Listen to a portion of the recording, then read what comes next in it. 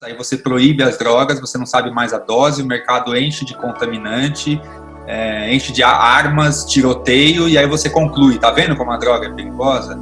Talvez se ela não fosse proibida e fosse vendida na farmácia, ou como é a maconha em dispensários ou coffee shops holandeses, não fosse tão perigosa.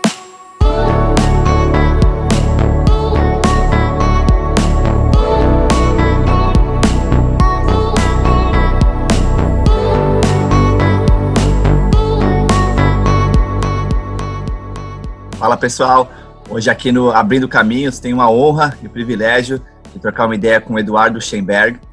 O Edu está na vanguarda de várias pesquisas essenciais aí que envolvem psicologia, psiquiatria e neurociência. Ele é um neurocientista e empreendedor com reconhecimento internacional.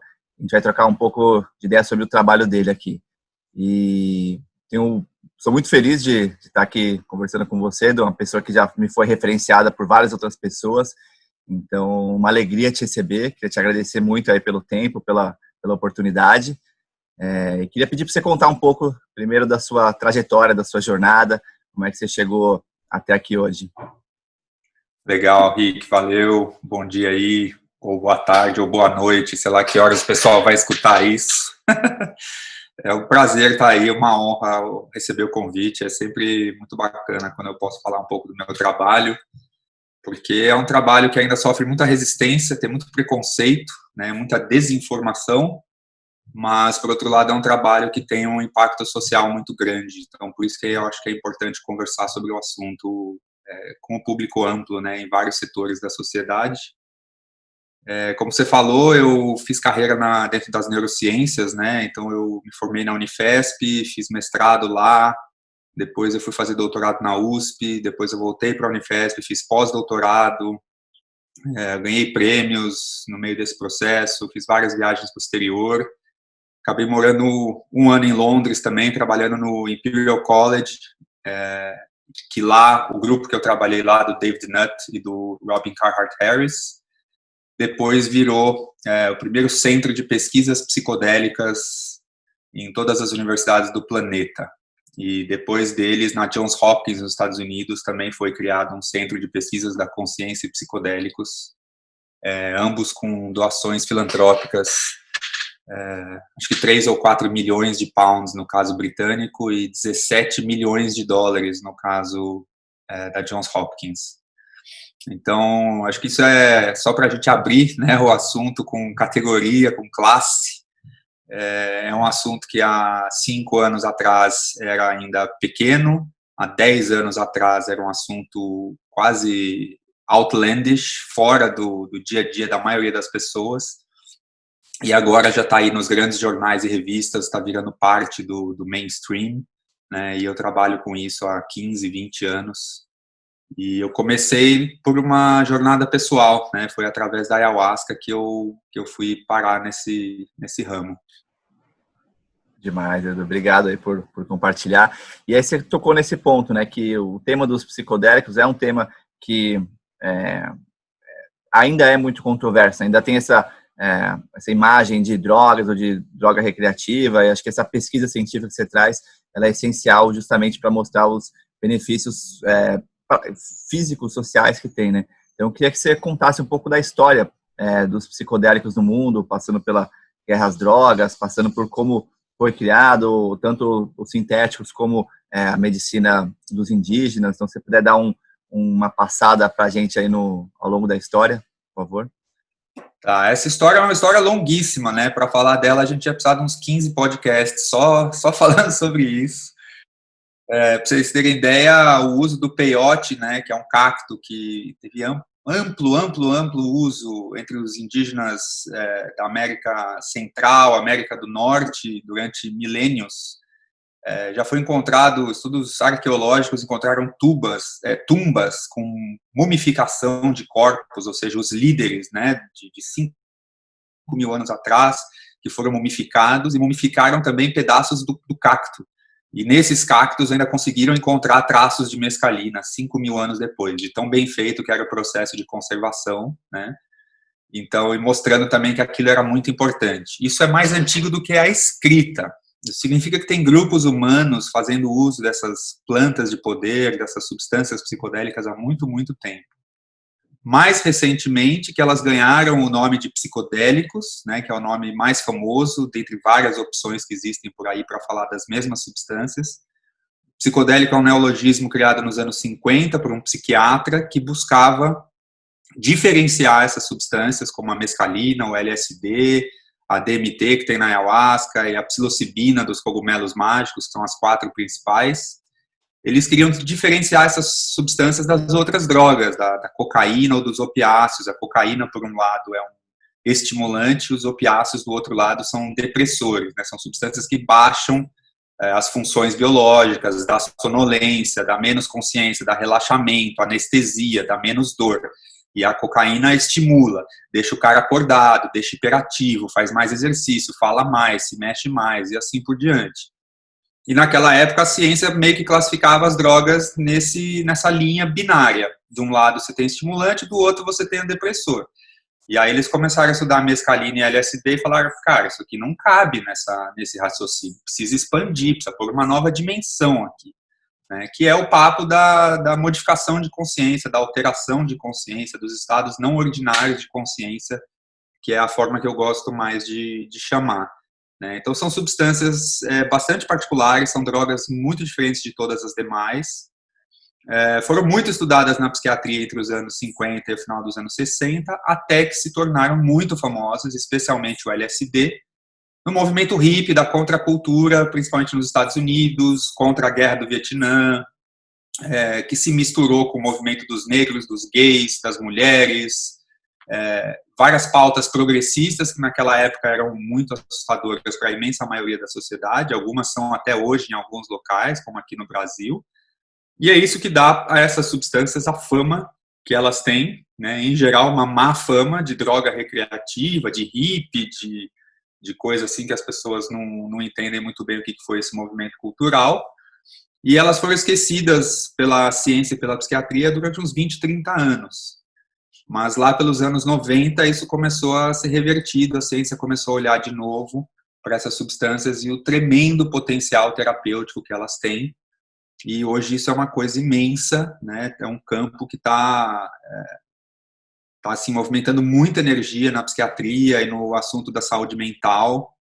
Né? Eu escrevi um editorial que vai ser publicado em breve na Revista Brasileira de Psiquiatria, em que eu explico um pouco o tamanho do impacto desses novos, porque não são só novos tratamentos, é um novo modelo de tratamento, é uma nova forma de pensar e de tratar a saúde mental com diferentes conceituais muito importantes, a forma como a psiquiatria está atuando hoje, né? Então, é um campo que está em plena expansão e é muito empolgante, muito, muito estimulante e excitante de ver tudo o que está acontecendo e, de alguma forma, fazer parte disso.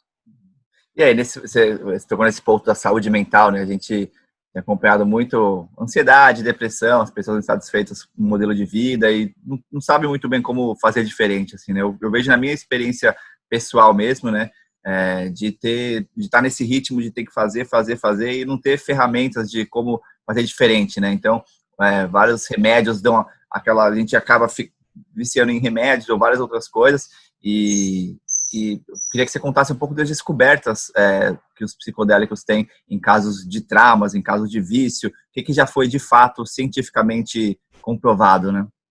Tá, essa é uma questão super importante, né? A gente está passando um processo, eu acho, o coronavírus e a Covid-19 agora, eles são o ápice de um processo de mal-estar social muito grande, de uma industrialização excessiva, de cidades excessivamente inchadas, grandes demais, com densidade populacional alta demais, com muita violência.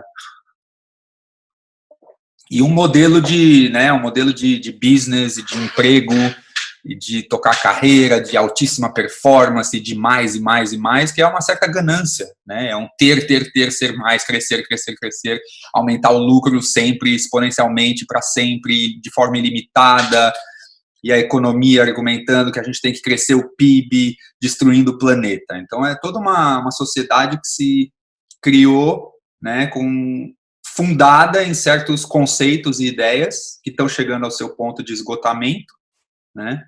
E um dos efeitos adversos desse processo de industrialização, desse processo da construção dessa sociedade, o aumento dos transtornos mentais. Então, muita gente com depressão, muita gente com transtorno de ansiedade, muita gente com trauma de violência. E aí tem um transtorno que é menos conhecido do que a depressão, por exemplo, que é o transtorno de estresse pós-traumático, que é uma condição devastadora que acomete um bocado de gente que passa por situações de violência extrema. Então, um levantamento brasileiro da Unifesp que mostra que na cidade do Rio de Janeiro e de São Paulo, cerca de 1 milhão de pessoas têm o transtorno, né, e 80% a 90% da população dessas duas capitais já passou por situações de violência potencialmente traumática. Então, se a gente sabe, né, tem gente boa estudando isso aí, a violência no Brasil é uma coisa muito complicada, né, está crescendo, está difícil de controlar, o governo se tornando cada vez mais bélico, né, e essa é a terapia psicodélica que está mais perto do que a gente vai poder chamar de comprovação científica definitiva, que é um método que a gente chama de psicoterapia assistida por MDMA. MDMA é a substância mais conhecida como êxtase, ou Molly, ou Michael Douglas, ou centenas de outros apelidos, mas eu sempre gosto de chamar a atenção que nesse material ilícito já foram identificados mais de 500 contaminantes diferentes, e mais de metade desse material nem contém MDMA, só tem contaminantes, e a outra metade é basicamente MDMA com contaminantes. Então, é um mercado muito complicado. O que a gente está falando aqui é de MDMA puro, fabricado com controle de qualidade, indústrias farmacêuticas, tudo legalmente, para pesquisas científicas, né? E aí quem está liderando isso há mais de 20 anos é a MAPS, que é uma associação sem fins lucrativos dos Estados Unidos, é a Multidisciplinary Association for Psychedelic Studies. Eu tenho uma parceria com eles há mais de 5 anos. A gente também fez isso no Brasil, vai ser publicado em breve na Revista Brasileira de Psiquiatria os nossos primeiros resultados. E são pessoas vítimas de traumas muito, muito graves, né? Algumas pessoas que a MAPS tratou 15, 20 anos convivendo com o transtorno, veteranos de guerra do Vietnã, do Iraque, do Afeganistão, bombeiros que atuaram no 11 de setembro em Nova York, lá nas Torres Gêmeas, policiais, pessoas esfaqueadas na rua, vítimas de abuso sexual, todos os tipos de trauma que você puder imaginar, pessoas que não melhoraram com os tratamentos disponíveis atualmente, entraram nesses estudos da MAPS e eles têm 60% ou 70% de sucesso nessa população extremamente grave, né? Isso está ganhando cada vez mais apoio. Em 2017, o FDA, que é a autoridade dos Estados Unidos que regula os medicamentos, o que pode ser comercializado ou não como remédio, né? Eles classificaram essa abordagem como Breakthrough Therapy.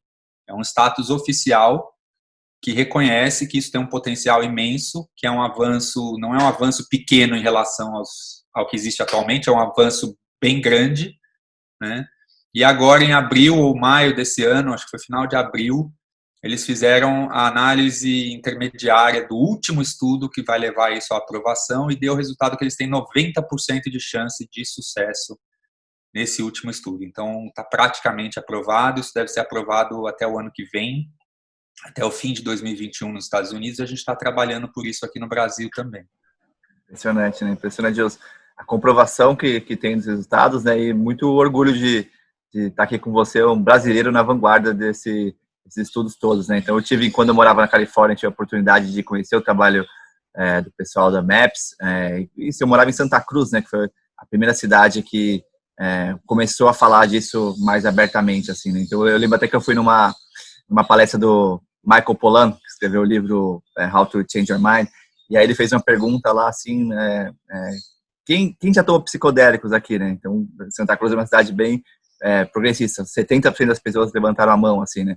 E aí ele começou a explicar, assim, como era uma coisa que era, como você trouxe, né, nos anos 60, tinha estudos e comprovações, e aí teve um hiato sem ter estudos e ter muito apontar dedo e não querer olhar para isso, e agora a gente voltou e está voltando com resultados muito, assim, breakthrough innovation, uma coisa que realmente pode ajudar muita gente, né?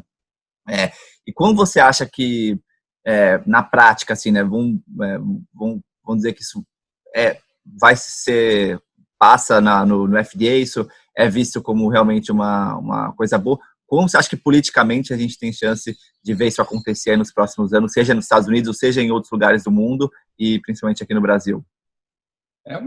No mundo é uma certeza, né? Já é uma certeza de que vai acontecer. É uma questão agora de quando, não é mais uma questão de se vai ser aprovado. Esse resultado de 90% de chance de sucesso é estrondoso, é espetacular, né? No Brasil, em geral, quando você tem um fármaco aprovado no exterior e você tem alguma empresa que quer trazer isso para o Brasil, fala-se 1 a 2 anos de processo na Anvisa para fazer todos os trâmites e obter a aprovação, né? E a gente espera que a gente consiga seguir nessa linha. A Anvisa é um órgão técnico, a aprovação de medicamentos ela nunca deve ser um assunto político. O Brasil tem 2 exemplos tristes de interferência política no processo farmacêutico. Um foi aquele remédio dito a cura do câncer, a fosfetanolamina, que se originou na USP, e o Congresso brasileiro imediatamente quis fazer uma farra com aquilo, antes de ter as comprovações necessárias, e não tinha eficácia, e bastante gente gastou dinheiro com isso, e muita atenção do país com isso, e não era uma boa alternativa para o câncer. E o outro mais recente é a cloroquina para a Covid, que é completamente absurdo também o que está acontecendo, né? Então, muita interferência política em processos que devem ser técnicos, todo mundo querendo opinar, todo mundo do dia para a noite achando que é expert sobre remédios, sobre doença, pessoas que não têm nenhuma formação na área médica, discutindo no restaurante por quilo, discutindo na mesa do bar, se o remédio funciona ou não funciona. Isso é um assunto técnico, né? É quase tão absurdo você discutir isso quanto você discutir a construção de um prédio se você não tem formação em engenharia, né? Então, é um assunto que é técnico, tem que ser avaliado pelos técnicos seguindo a legislação. É isso que eu espero que aconteça no Brasil com o MDMA também, independente do fato dele ser uma substância que tem esse uso recreativo, que, como eu já falei, tem todos os problemas que existem no mercado ilícito, né? O mercado, quando ele é tornado ilícito, ele cria um monte de problemas que não existiriam se aquela droga fosse regulamentada, né? E aí é uma armadilha, porque é a tal da self-fulfilling prophecy, né? A profecia que cumpre a si mesma, que se autovalida. Então, parte do princípio que drogas proibidas são perigosas, aí você proíbe as drogas, você não sabe mais a dose, o mercado enche de contaminante, enche de armas, tiroteio, e aí você conclui, tá vendo como a droga é perigosa? Talvez se ela não fosse proibida e fosse vendida na farmácia, ou como é a maconha em dispensários ou coffee shops holandeses, não fosse tão perigosa, né? Então a proibição ela complica muito o mercado recreativo, né? Mas também é importante entender que para isso se tornar um remédio, não precisa da legalização da droga, né? São duas coisas, são diferentes, são legislações diferentes, são assuntos diferentes. O exemplo é a maconha medicinal, né? Inclusive aqui no Brasil, cada vez mais opções, né, de óleos, de preparos a partir da maconha medicinal, né, e a maconha continua proibida, o país não optou ainda pela legalização recreativa, né? Então, acho que esse é um exemplo que ajuda a clarear o que pode acontecer com o MDMA e outras substâncias também. E nesse sentido, o Brasil tem uma possibilidade de estar na vanguarda pela questão do ayahuasca mesmo, né, dos indígenas que estão aí há tanto tempo com essa medicina, e o meu primeiro contato também com psicodélicos foi com ayahuasca, e eu queria que você explicasse um pouco como é que funciona na prática, assim, o psicodélico, seja ayahuasca, seja o MDMA, o funcionamento do DMT, o que é o DMT e como funciona no corpo das pessoas mesmo, né, para quem nunca teve essa experiência, né, como você definiria cientificamente o que acontece com o corpo, com a mente, com a consciência numa experiência de psicodélicos. Tá, eu vou focar nos que a gente chama de psicodélicos clássicos, que é a DMT, a psilocibina, a mescalina e o LSD. O MDMA é um pouco diferente, inclusive tem cientistas que não gostam que chame o MDMA de psicodélico, mas a maioria acaba agrupando junto, mas é uma substância um tanto diferente como que ela age no cérebro. Os outros 4 são substâncias extremamente atóxicas, eles não são tóxicos nem para o tecido nervoso, nem para nenhum outro órgão do corpo. É muito surpreendente isso. São substâncias psicoativas fortíssimas, elas são ativas em quantidades muito pequenas, né? Elas causam um efeito psicoativo que dura muitas horas, né? Vai ser aí, no caso da ayahuasca, cogumelo ou psilocibina e cacto mescalina, de 5 a 8 horas de efeito com uma dose. Completamente diferente do resto das drogas, do álcool, da cocaína e tal. É muito, muito longo o tempo de ação, né? São ativas por via oral, né? Então, essa é a forma mais segura de você consumir um fármaco ou uma droga, é pela via oral, é engolindo. Injeção é muito mais perigoso, cheirando já é mais perigoso, né? E assim por diante. Essas substâncias, elas vão ser absorvidas pela via digestiva, vão circular por todo o corpo e vão penetrar, pouco a pouco elas vão entrando no cérebro, e no cérebro elas vão agir nos neurônios, que são as principais células do sistema nervoso central. Mas não vou agir só nos neurônios, mas eu vou focar nos neurônios, né?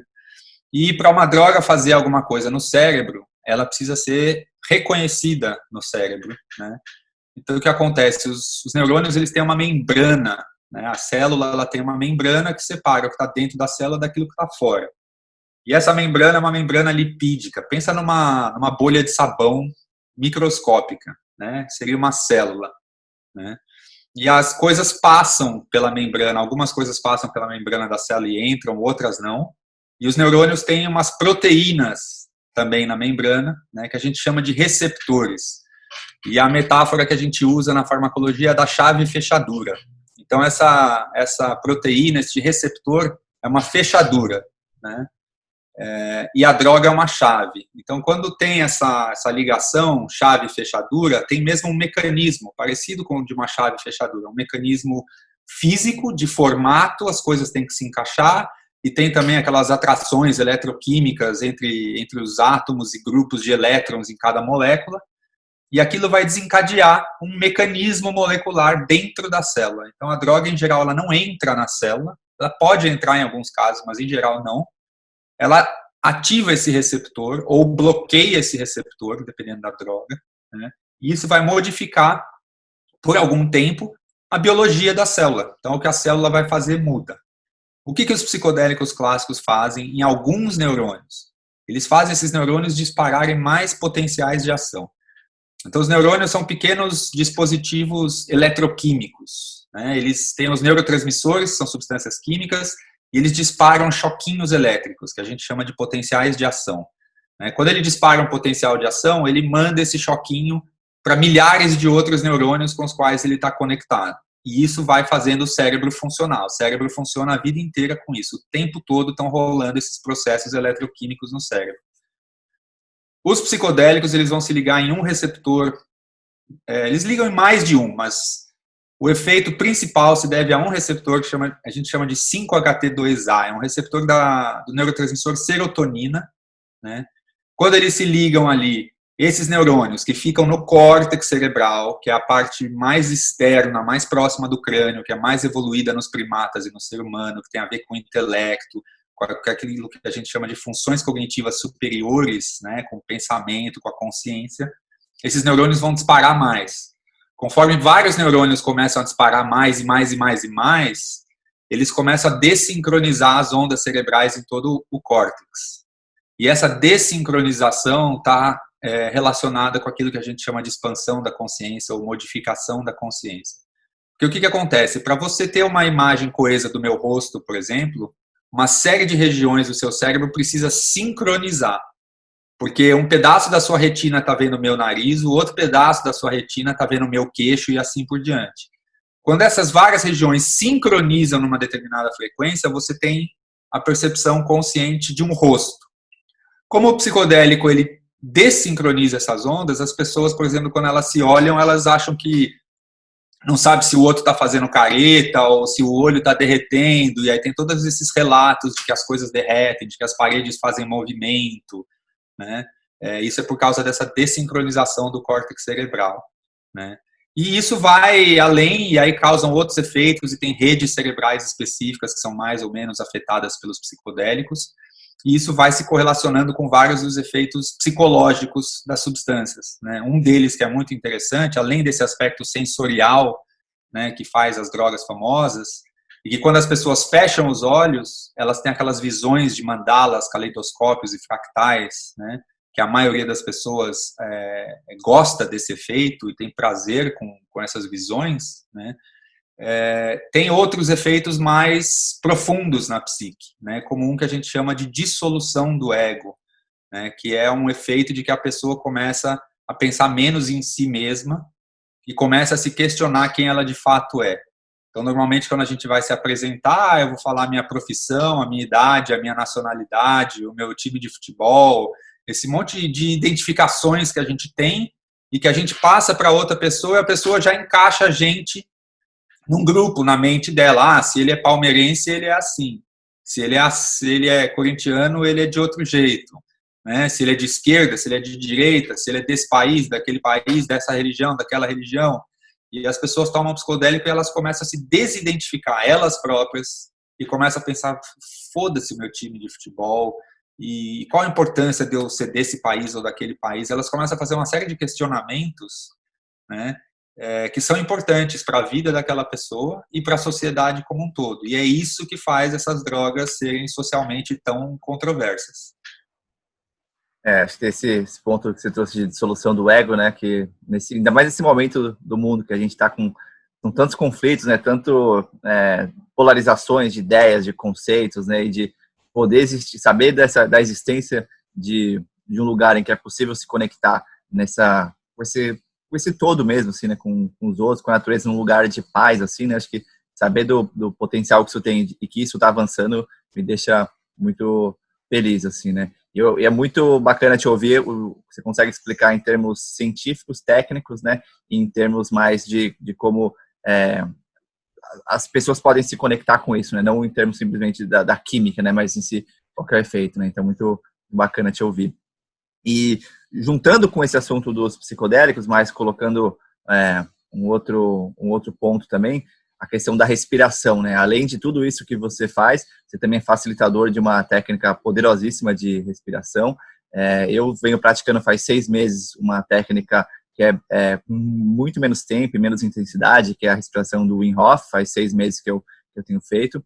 E você foi fundo aí na respiração do Stan Grof, né? Que eu vou pedir daqui a pouco para você explicar um pouco o que é, como é que você chegou nela, né?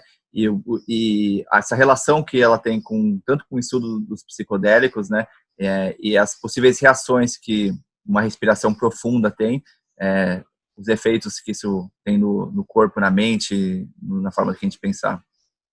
Legal. Eu sou certificado na técnica da respiração holotrópica, que foi criada pelo Stanislav Grof e a esposa dele, a Cristina.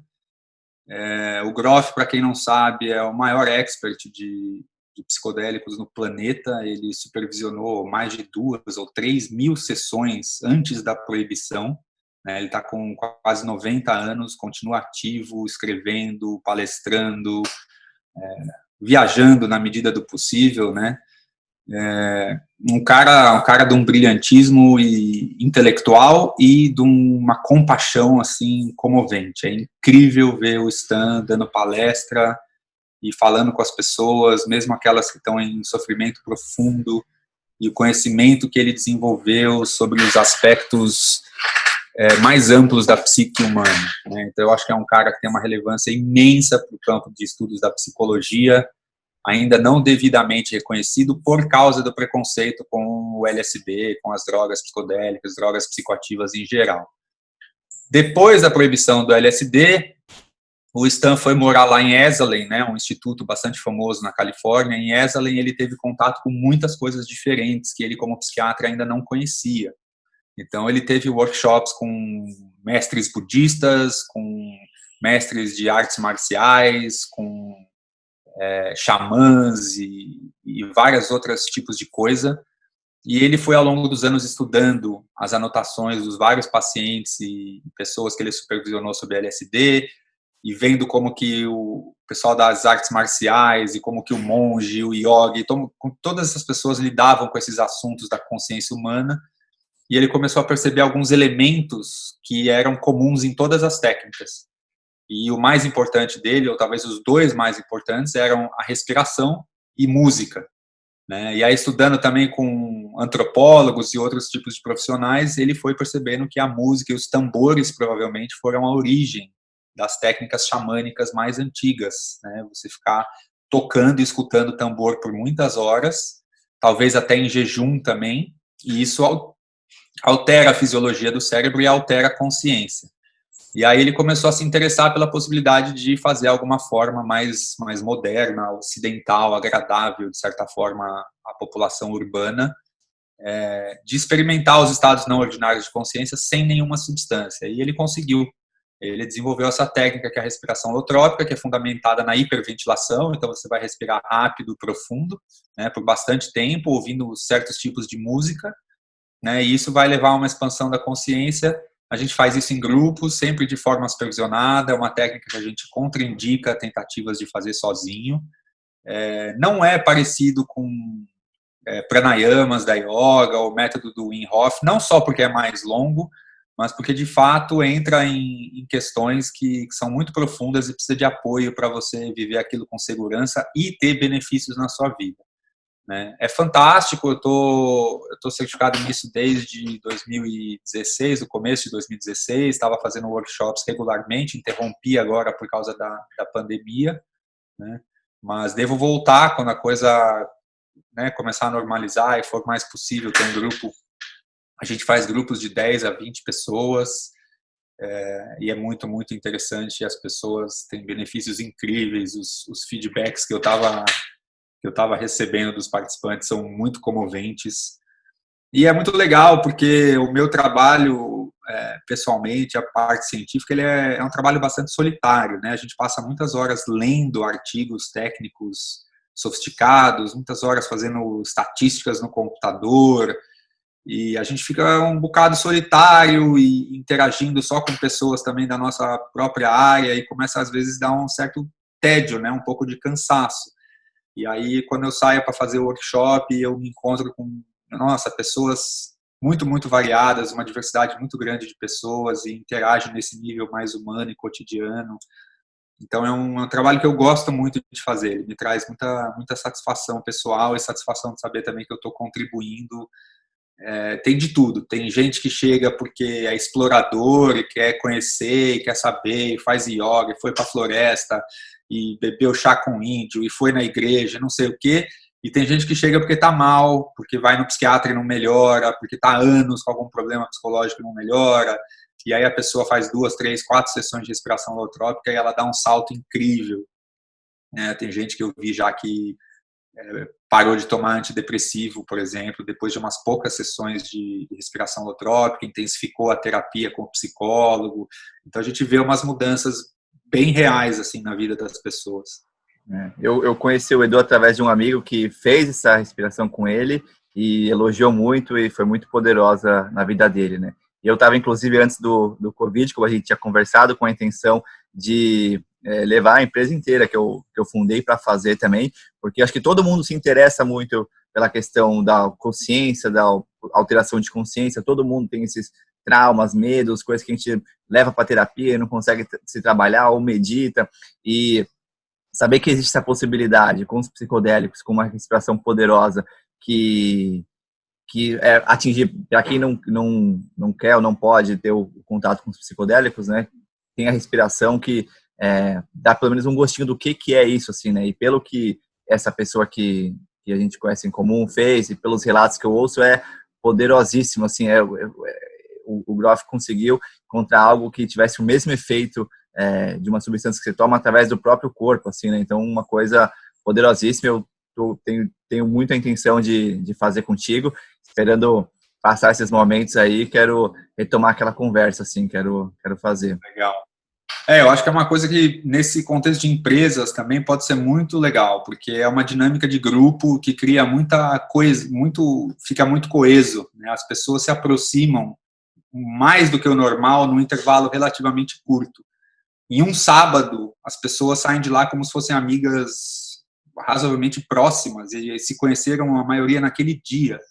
É um efeito que a gente vê na ayahuasca também. As pessoas vão numa sessão de ayahuasca e elas tendem a já se sentir mais próximas das outras, né? E a gente está passando por um processo social, tanto agora com a Covid, uma imposição, uma necessidade, né, de se distanciar fisicamente, mas antes a gente já passava por um processo social de alienação, né? O cara que fica 2 horas e meia no trânsito por dia, que é a média em São Paulo, né?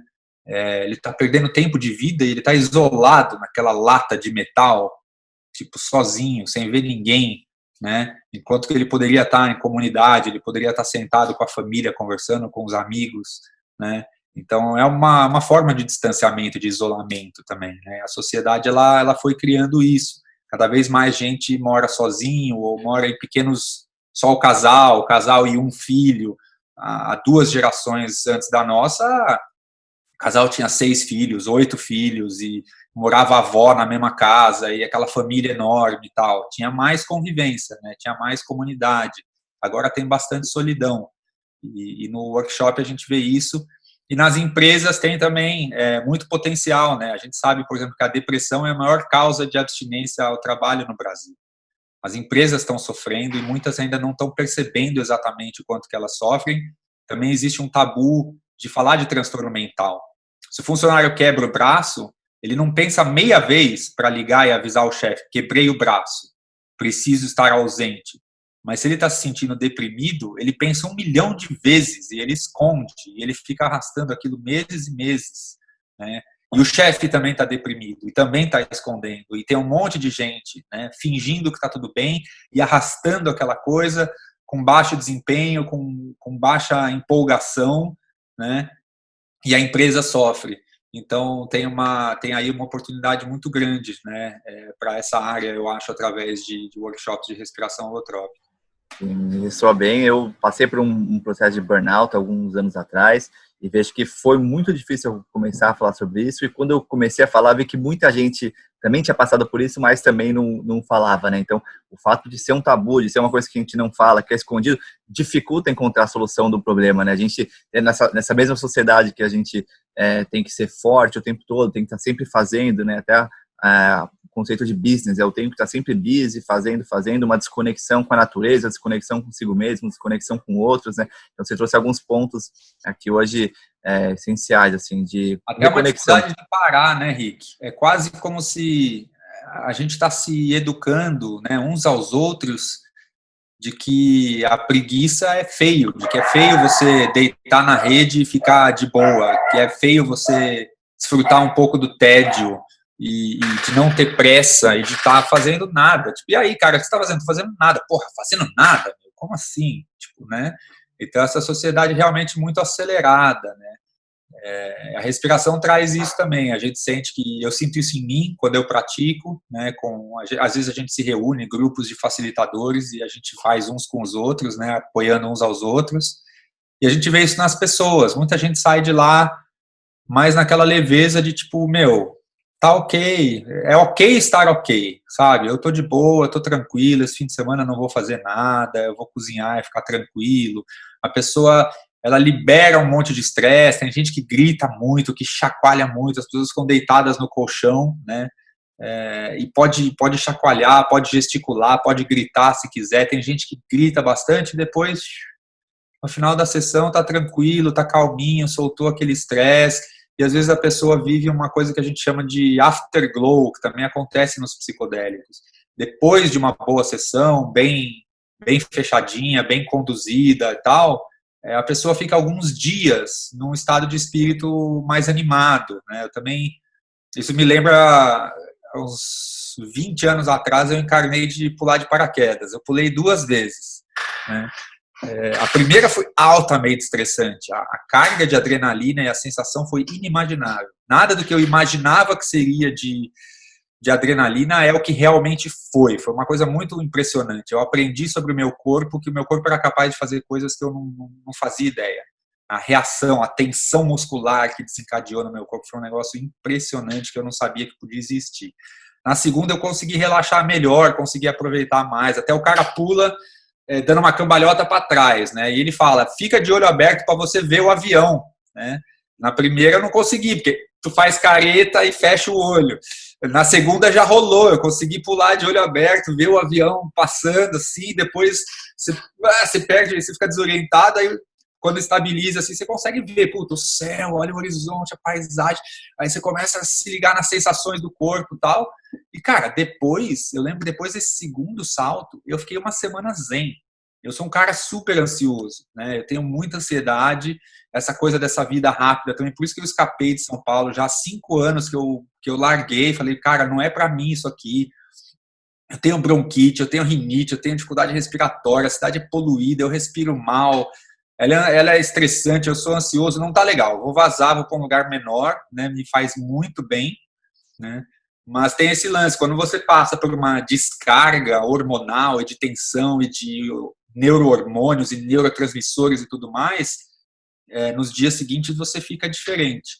E a gente vê isso na respiração holotrópica, vê isso no paraquedismo, vê isso no mergulho. Eu gosto de mergulhar também, mergulho é uma coisa que é super relaxante, né? E você colhe efeitos depois, né? A experiência não acaba onde a gente diz, tá, acabou aqui, acabou o workshop, vou para casa. Você vai para casa, mas você está diferente. Esse período de assimilação ali, né? Me ressoa muito o que você traz, assim, depois dessas de experiências como essa, assim, você vive numa presença maior, assim, né? Acho que no final me remete à presença mesmo, né? No dia a dia, ansiedade é muito isso, né? Eu também tenho muita dificuldade de relaxar, né? Então, sempre fazendo coisa, sempre na hora que eu vou descansar, tem coisa para fazer, então eu sou constantemente movido por impulsos, assim, né? Então, eu vejo que tem que estar perto da natureza, para mim, é uma coisa que me ajuda muito, mas tem que ser, para mim, é uma coisa ativa que eu tenho que fazer para poder relaxar, né? Eu sinto que é muito comum isso, esses relatos de dificuldade de relaxar e sempre fazer, e por um tempo eu achava que isso era o normal, eu tenho que estar fazendo sempre, né? E aí eu percebi o potencial de me recolher, assim, de experiências como essas que você trouxe, assim, que práticas, desde práticas diárias até práticas de o mergulho, o paraquedas, coisas que conectam com alguma coisa mais profunda, arte, música, né? Acho que você trouxe bastante coisa aqui, né? E aí, nesse teu processo criativo específico, né, como você trouxe, né, tem muita solidão nele ali, né? Eu acho que a gente está num momento do mundo que tem muita solidão em tudo, né? Agora com esse isolamento, né? Como é que você faz, seja em termos de práticas, em termos de formas de pensar, para manter a sua produtividade, É um trabalho muito de pesquisa que você tem, mas ao mesmo tempo de produzir, você tem que se relacionar, então você tem que estar em várias, assim, falar várias línguas, né? A língua de quem pesquisa, a língua de quem fala, ou falando aqui comigo agora para expor o seu trabalho. Então, assim, eu vejo que você tem uma habilidade de falar com diversos públicos e fazer diversas atividades diferentes, né? Como é que esse teu processo criativo acontece? Cara, eu acordo todo dia às 4 da manhã, pulo de paraquedas, caio na praia, surfo, depois eu vou para a banheira de gelo, tomo café da moda cheio de manteiga e óleo de coco, faço meditação e às 9 eu estou na empresa. Não, tô zoando, eu não tenho nenhuma receita da moda para dar para ninguém. Eu sei que todas essas modas estão aí, principalmente ali em Sampa, a galera tá numa dessas modas. Eu não tenho receitas de alta produtividade, eu nem sei se eu sou um cara altamente produtivo. Eu confesso que 2019 e 2020 eu estou com a produtividade prejudicada. O Brasil está se tornando um lugar, eu acho, muito deprimido e muito deprimente. E para mim tem sido muito difícil. O que acontece com a ciência é muito desanimador. Eu, de 2015 para cá, eu voltei da Inglaterra, eu participei lá do primeiro estudo de neuroimagem com LSD, jamais feito na história. Cara, eu voltei super animado, achando que ia fazer um monte de coisas legais aqui. Eu já tomei mais de 20 negativas de financiamento à pesquisa. Passei alguns perrengues bem grandes, escutei promessas de gente rica, promessas que não deram em nada. Então, o processo é assim, bastante difícil, mas eu sigo na luta, né? Como dizem por aí, quando desistir não é uma opção, o sucesso é inevitável, né? Então, eu faço muito do que eu faço também porque eu não tenho uma empresa, eu não tenho outra opção, eu não tenho muito outro lugar onde de colocar o meu foco. Eu apostei todas as minhas fichas na neurociência, eu fui fundo nisso, eu fiz mestrado, doutorado, pós-doutorado, eu ganhei prêmio. Nesse processo é muito interessante, né? Porque quando você se especializa numa coisa, você fica bom naquilo, mas você fica ignorante de tantas outras coisas, né? Então, eu sigo nisso, tentando fazer, e as coisas vão aparecendo. A minha vida é meio caótica e eu vou lidando com o caos, eu vou tentando deixar o caos criativo, né? Isso é até interessante, porque o próprio processo da psicodelia é um processo de caos criativo. O que acontece no cérebro, inclusive, agora estão começando a calcular isso, como a entropia. dá para calcular matematicamente o nível de entropia no cérebro, ou seja, tipo, quanta bagunça tem ali na atividade dos neurônios.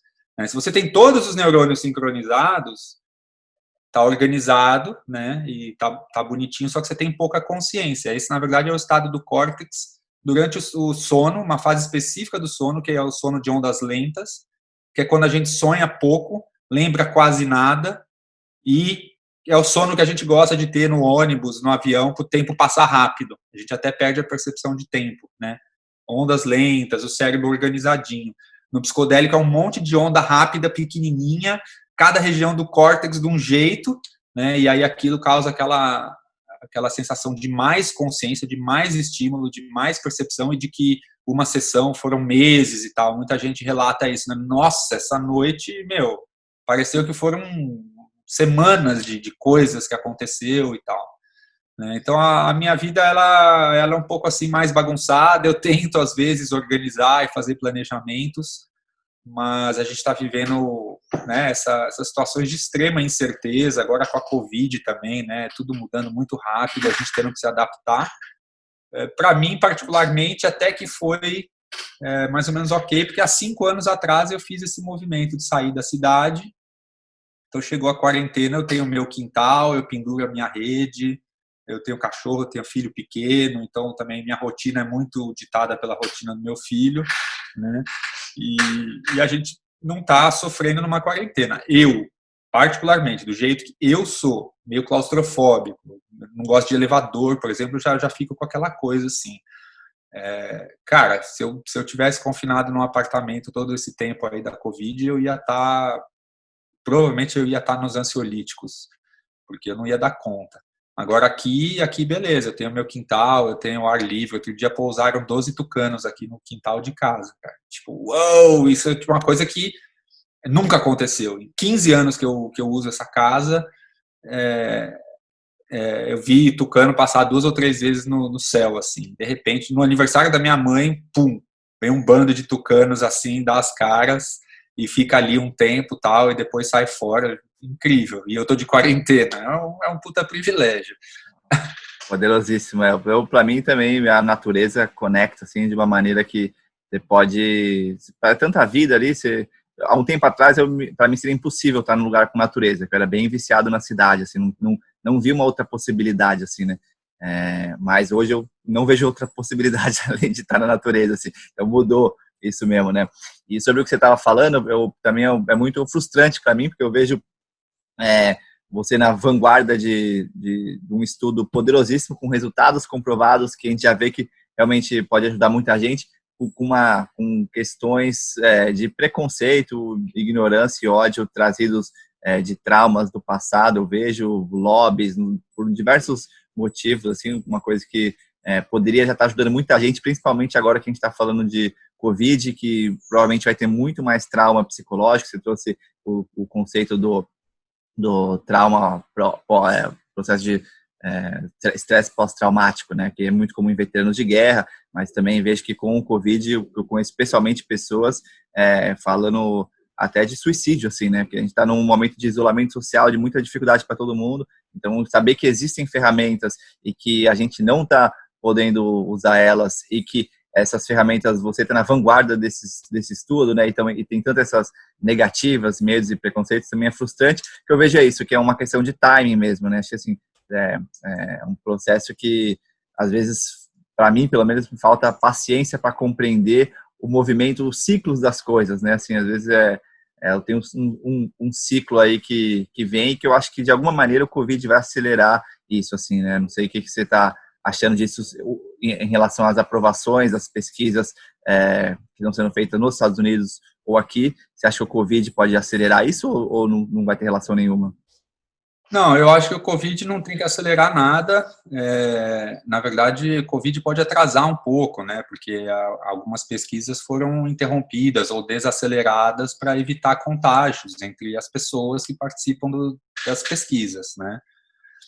O que pode acelerar é a qualidade da evidência científica. E a qualidade da evidência científica sobre psicodélicos é muito alta. Esse é um processo interessante, né?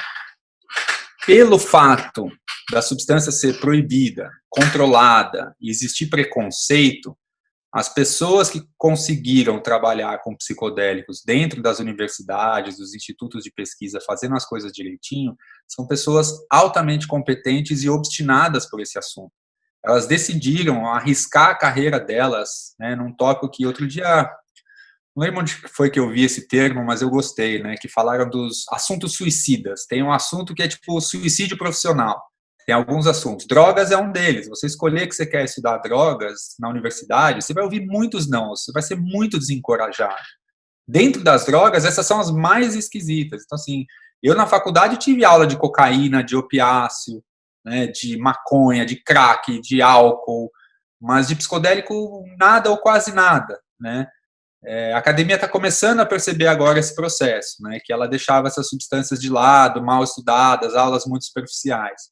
Então, as pessoas como eu, por exemplo, eu tive experiência de ayahuasca, falei, cara, isso aqui é muito impressionante, e é também muito impressionante que a universidade não esteja olhando direito para isso. É um negócio totalmente brasileiro, né, com um potencial incrível, né, que gera várias questões para quem é psicofarmacologista, como eu, que é o termo técnico para você falar de estudo de drogas psicoativas, né, e não era estudado. Então, as pessoas que conseguiram fazer a carreira nisso, né, sem afundar, sem se deixar desanimar, acabaram sendo uma seleção ali, né, de pessoas realmente de muito compromisso, muito comprometimento de conseguir sustentar um trabalho numa área que é cada vez menos tabu, mas ainda é. Então, isso resultou que a qualidade da maioria dos estudos científicos com essas substâncias é acima da média. Porque se você oferecesse, entregasse um negócio mediano, você podia ser reprovado no seu PhD, porque você tinha todo o tabu para combater. Então, a forma de você conseguir um PhD com psicodélico é, cara, você ser muito bom e a sua tese ser muito boa para que mesmo o professor mais preconceituoso que tiver na sua banca, ele tenha que dar o braço a torcer e falar, cara, o seu trabalho está bem feito, né, e começar a mudar o pensamento. Isso é um pouco o que a gente fez aqui no Brasil. A gente foi obstinado, fez os primeiros tratamentos para o MDMA. Eu ouvi um monte de gente falar: você não vai conseguir verba, você não vai conseguir importar, você não vai conseguir aprovação de ética. Eu consegui todas as aprovações, mas nenhuma delas foi fácil. E a gente faz os tratamentos, a gente fez com o Álvaro e a Dora Jardim, terapeutas de excelência, né, fizeram um trabalho primoroso. A gente manda isso para a Revista Brasileira de Psiquiatria, que é uma revista de uma Associação Brasileira de Psiquiatria que ainda tem muita resistência contra a maconha medicinal. E a gente conseguiu aprovar lá um estudo sobre o uso terapêutico do MDMA e da psicoterapia por transtorno de estresse pós-traumático. Ou seja, né, a gente mandou isso para pessoas que têm resistência com o assunto que a gente está fazendo, só que a gente fez no mais alto nível que a gente podia fazer e eles olharam e falaram: isso aqui foi bem feito, a gente vai publicar porque realmente isso aqui tem mérito, né?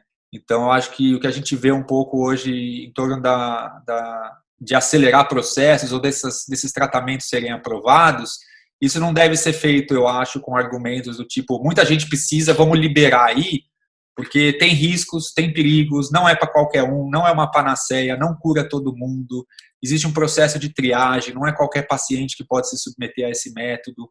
A gente triou 60 pessoas para escolher 4 pacientes. Então, assim, um processo rigoroso, consulta médica com todas essas pessoas. 3, 4 horas de consulta com cada paciente para saber quem que pode fazer esse método e quem que vai ter benefício. Não é para qualquer um, não é algo para se tentar em casa, não é algo que algum ouvinte que está passando por dificuldades possa procurar isso no mercado ilícito e tentar sozinho. Tem várias razões pelas quais não tentar proceder dessa forma, né?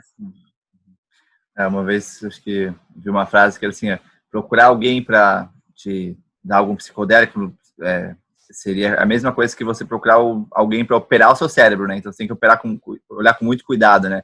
Ou a mesma coisa acho que no livro do Siddhartha que ele fala isso, né?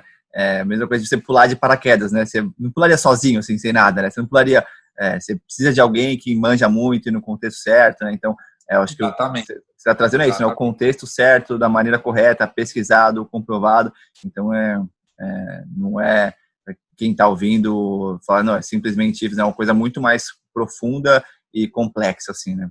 Só para o pessoal ter uma ideia, né? O processo de tratamento com MDMA por transtorno de estresse pós-traumático são 3 a 4 meses de tratamento, são 15 sessões de psicoterapia. cerca de uma por semana, né, aproximadamente. 12 dessas sessões são sem o MDMA. E 3 sessões são com o MDMA. Elas duram o dia inteiro e o paciente fica acompanhado o tempo todo de 2 terapeutas. Então, é um processo extremamente sofisticado, existe um manual de terapia, a gente está trazendo isso para o Brasil, a gente vai lançar curso, a gente vai começar a capacitar os profissionais de saúde para participarem de pesquisas com a gente, para aprender a utilizar o método, para começar a atender pacientes. Então, quem tiver interesse pode entrar no nosso site, Instituto Phaneros, com PH, institutophaneros.org.br. Lá tem informações para profissionais de saúde, tem informações para pacientes, pode mandar e-mail, pode preencher o formulário, ficar em contato com a gente, mas é algo que realmente o sucesso disso depende de fazer bem feito, fazer com consciência, fazer com ética, com compaixão, sem pressa, sem super simplificação e sem nenhuma ideia superficial de que a droga cura o transtorno e eu vou arrumar essa droga e vou resolver minha vida, porque não é assim que o negócio funciona. Mas a gente vai colocar esses links todos aqui no podcast. E já entrando nesse assunto, né, qual que é a melhor forma das pessoas te encontrarem, saberem mais sobre seu trabalho, conhecerem mais sobre você? Cara, eu tenho meu site pessoal, eduardoschemberg.com. Eu estou nas redes sociais, principalmente no Instagram. O Instagram é o que eu mais uso, tenho feito lives quinzenais lá, está sendo um processo muito legal, estou com os vídeos no meu IGTV. Quem está conhecendo agora pode chegar lá no IGTV, pode mandar mensagem pelo Instagram, tem formulário de contato no meu site.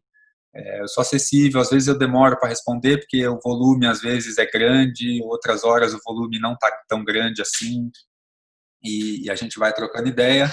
E pelo site do Instituto também, tem minha equipe, tem gente que ajuda a ver e responder os e-mails, e o trabalho está crescendo, a gente está organizando melhor a equipe para atender uma demanda que a gente antecipa que vai crescer bastante nos próximos meses e anos aí. Gratíssimo, Edu.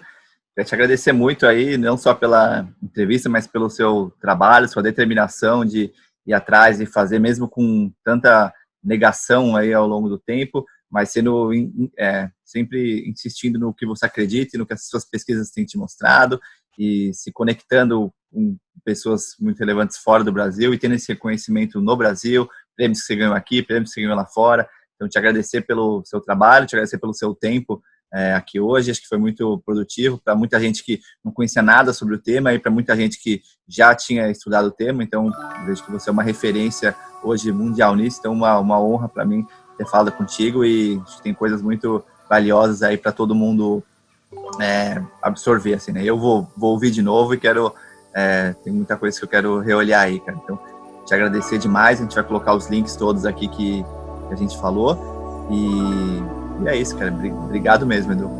Tá bom, Rick. Obrigadão. Valeu pelo convite. Obrigado a todo mundo. Me avisa quando for ao ar aí que eu vou querer ver a repercussão. Vou te mandar. Valeu sim, Edu. Obrigado, hein, cara.